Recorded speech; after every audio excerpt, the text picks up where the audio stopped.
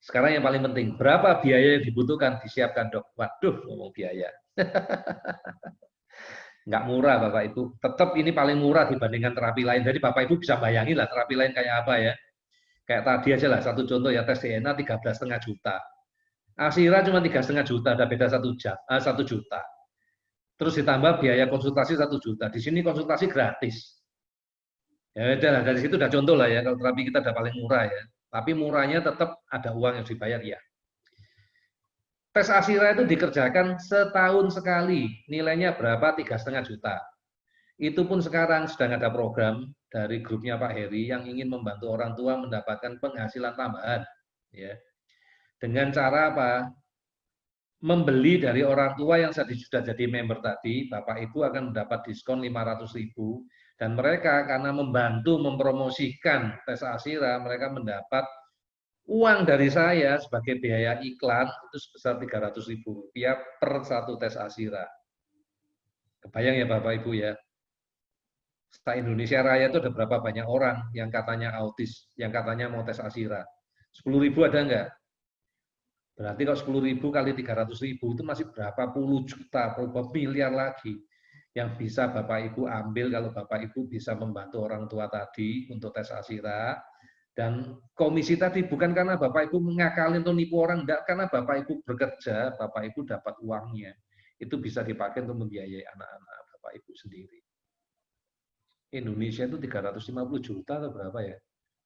Nah kalau kita ngomong 1% aja dari 350 juta itu 3,5 juta orang. Nah 3,5 juta orang itu masa nggak ada 350.000 yang katanya autis? Ya pasti ada. Ya 10.000 aja dah, nggak usah 35.000. 10.000 aja dah yang pasti yang katanya punya uang untuk tes Asira. Dibilang nggak punya uang untuk tes Asira itu bisa dicicil lewat Bukalapak Bapak Ibu, bisa dicicil 12 kali. Jadi ya susah juga ya ngomongnya. Ya itulah, selalu aja ada ide. Ya. Kalau mau cari alasan ya ada aja. Ya. Jadi tadi biayanya sudah ketahuan berapa. Tes Asira dok setahun sekali, kalau 2 tahun berarti 2 kali dok. Iya 7 juta tes Asira. Atek, Atek gratis.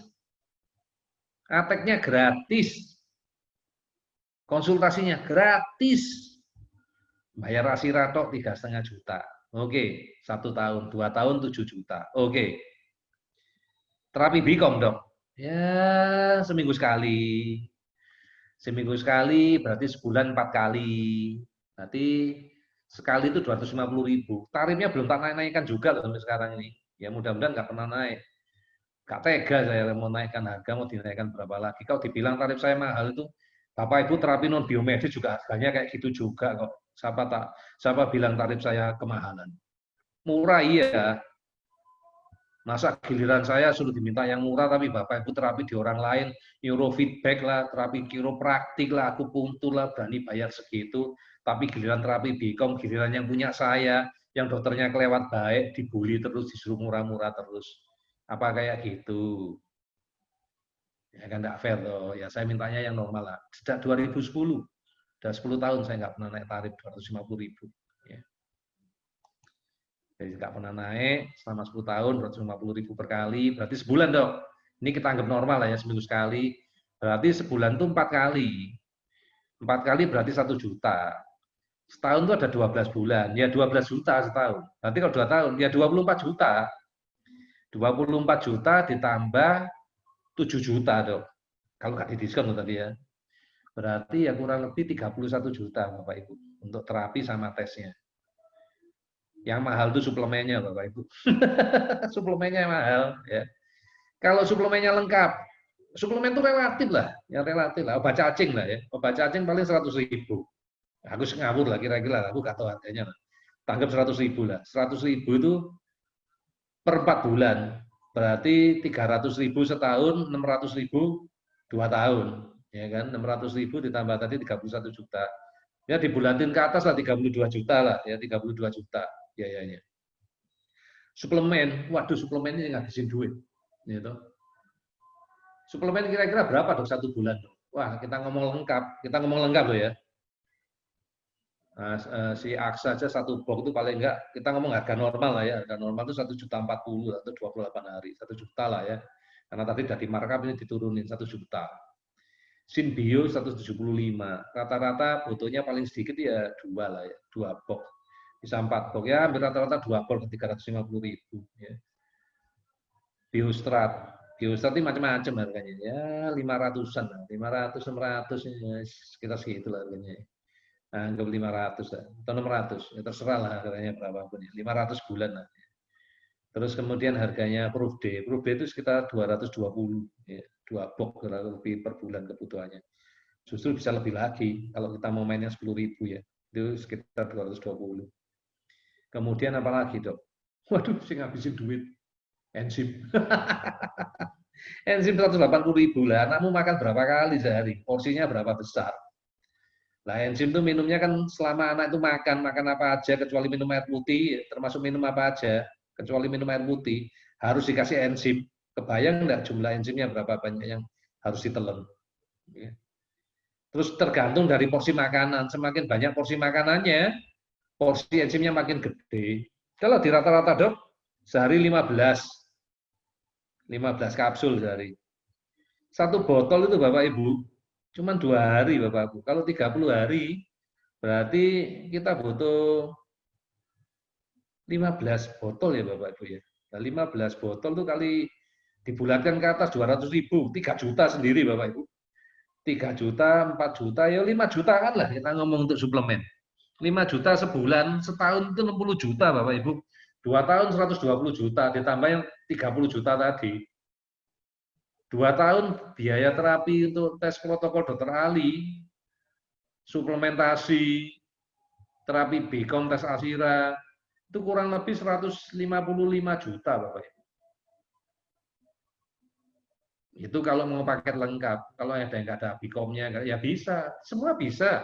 Jangan terus kita ngomong duit, terus tiba-tiba Bapak Ibu mundur semua, nggak jadi terapi, enggak. Kan orang pingin tahu, cuman pingin tahu total biaya kira-kira berapa ya segitu. Bayangkan kalau di orang lain, Bapak Ibu yang terapinya sudah nggak kehitung lagi, wah jutaan Bapak Ibu. Suplemen tiap bulan bisa 26 juta. Enzim tok satu botol 900.000. Belum probiotiknya 900.000. Tablet split 1.600.000 satu botol.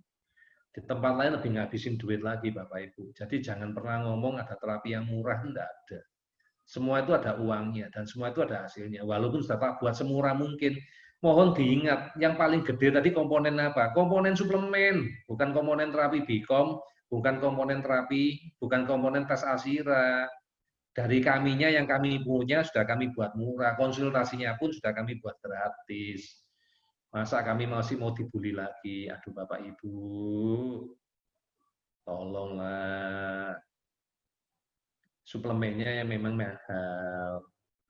Dan semahal-mahalnya suplemen yang kita pakai tetap jauh lebih murah dibandingkan suplemennya tetangga. Tetangga jauh lebih mahal. Tinggal kalau kita nanti ngomong masalah uang, solusinya adalah cari uang, bukan keluar dari grup, kemudian putus asa, menangis, bunuh diri. Ngapain? Semua itu pasti ada jalannya, semua pasti ada solusinya. Nggak usah nyerah, nggak usah kecewa.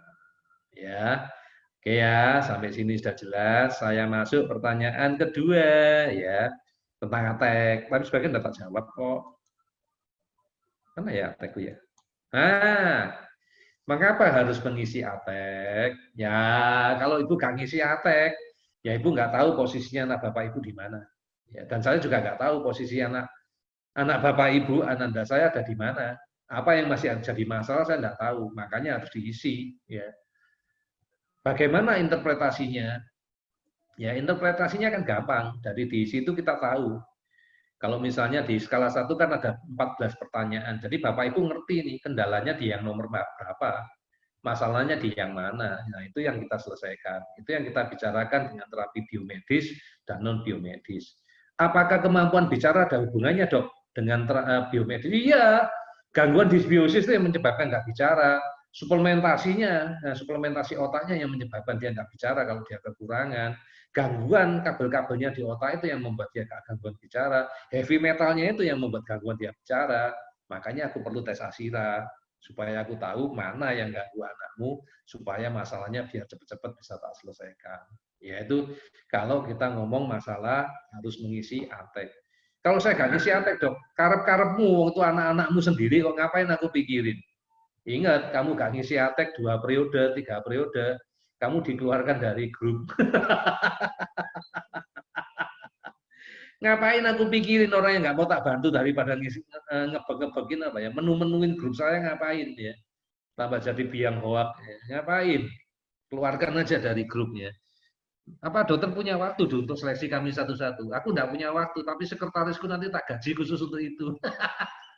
Ya, sekretaris saya akan bayar sekretaris ya untuk ngurusi yang masalah ini ya. Jangan khawatir ya. Nah, itu janji saya. Saya akan bantu Bapak Ibu all out ya. Bagaimanapun yang nggak bisa saya bantu, sorry, akan saya keluarkan dari grup. Ya. Tadinya karena ya Bapak Ibu udah kenal saya orangnya kayak apa ya, pemarah, ngamuan, ngamuan. Maunya saya blokir ya, biar gak menu-menuin ya. Tapi pikir janganlah, kok saya kok jadi jahat ya. Tuhan aja selalu memberi kesempatan. Jadi saya akan keluarkan Bapak Ibu, saya kasih kesempatan Bapak Ibu untuk tobat. Ya enggak lah. Ya. Itu cuk, ya. Jangan terlalu dipikirin. Tapi pasti saya akan keluarkan ya. Berarti saya berpikir nggak lucu ya. Saya bantu Bapak Ibu dengan tulus, dengan ikhlas, tapi Bapak Ibu sebagai balasannya Bapak Ibu nggak memperdulikan saya. Saya jadi ingat namanya Bu Mili ya. Bu Mili ngamuk itu ya, ngamuk di Facebook ya. Orang tua ini gimana sih pangping saya minta dikasih atek, sudah dikasih atek dijawab aja enggak. Terus ibu itu ngomong sama saya, Dokter Ali luar biasa sabar ngurusi orang se-Indonesia Raya. Saya ngurusi ibu-ibu yang segini aja sakit kepala. Terus ada ibu yang ngomong, Dok, tolong maklumilah kami, Dok. Kami orang stres. Ya udahlah, mau dimaklumi sampai kapan? Ingat loh, jangan pernah mengasihani diri sendiri.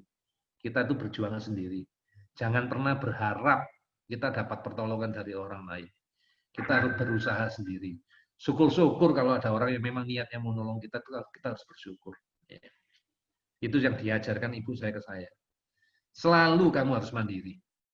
Jangan pernah kamu berpikir orang lain mau bantu kamu. Siapa kamu itu? Mereka pasti minta imbal balik. Ya, makanya selalu dengan Bapak Ibu, jangan selalu fokus kayak gitu. Kehidupan saya itu sangat keras Bapak Ibu. Saya dari keluarga miskin, saya anak kedua dari 8 bersaudara. Kakak saya sampai gagal sekolah karena dia harus bekerja membiayai adik-adiknya sekolah. Dan syukur ya kepada Tuhan, seluruh adik-adiknya sudah jadi sarjana. Kakak saya saja yang cuma tamat SMA. Ya. Oke, bagaimana interpretasinya sudah diinterpretasinya ya. Sebetulnya sih nggak ada masalah ya. Dok, ini artinya apa? Kau usah dipikiri artinya apa. Berarti anakmu masalahnya di sana. Gangguan bicara, gangguannya di tipe yang ini ya sudah. Tinggal programnya apa, yang caranya kita memperbaiki itu dari sisi biomedis atau dari sisi non biomedis. Ya. Kalau dari sisi non biomedis ya saya kasih saran. Biasanya saya akan tunjuk kembali ke terapisnya Bapak Ibu. Tapi kalau Bapak Ibu tidak punya, biasanya saya akan minta tolong ke orang mata hati. Nah, orang mata hati juga terus terang kesulitan ya. Karena apa ya? Yang mau ditolongi kan banyak ratusan orang. Makanya saya sama Bu Mingve sepakat, Bu Mingve, bagaimana kalau sekarang kita setiap Sabtu kayak hari ini ya, kita berbagi acara.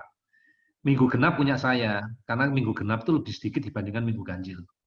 Karena topik non biomedis itu jauh lebih banyak dibandingkan topik biomedis.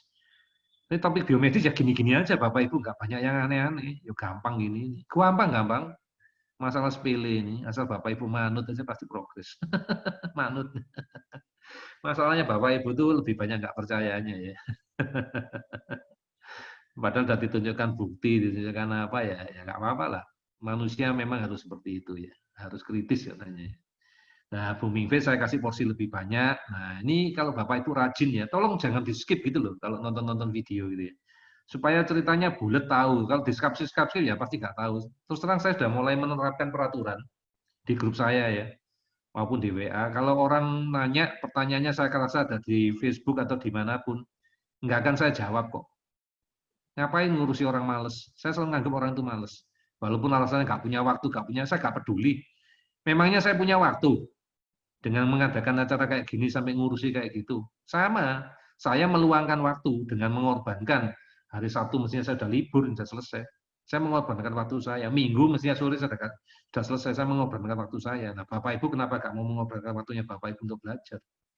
Jadi saya anggap Bapak Ibu males. Kalau nggak mau nonton videonya, nggak mau.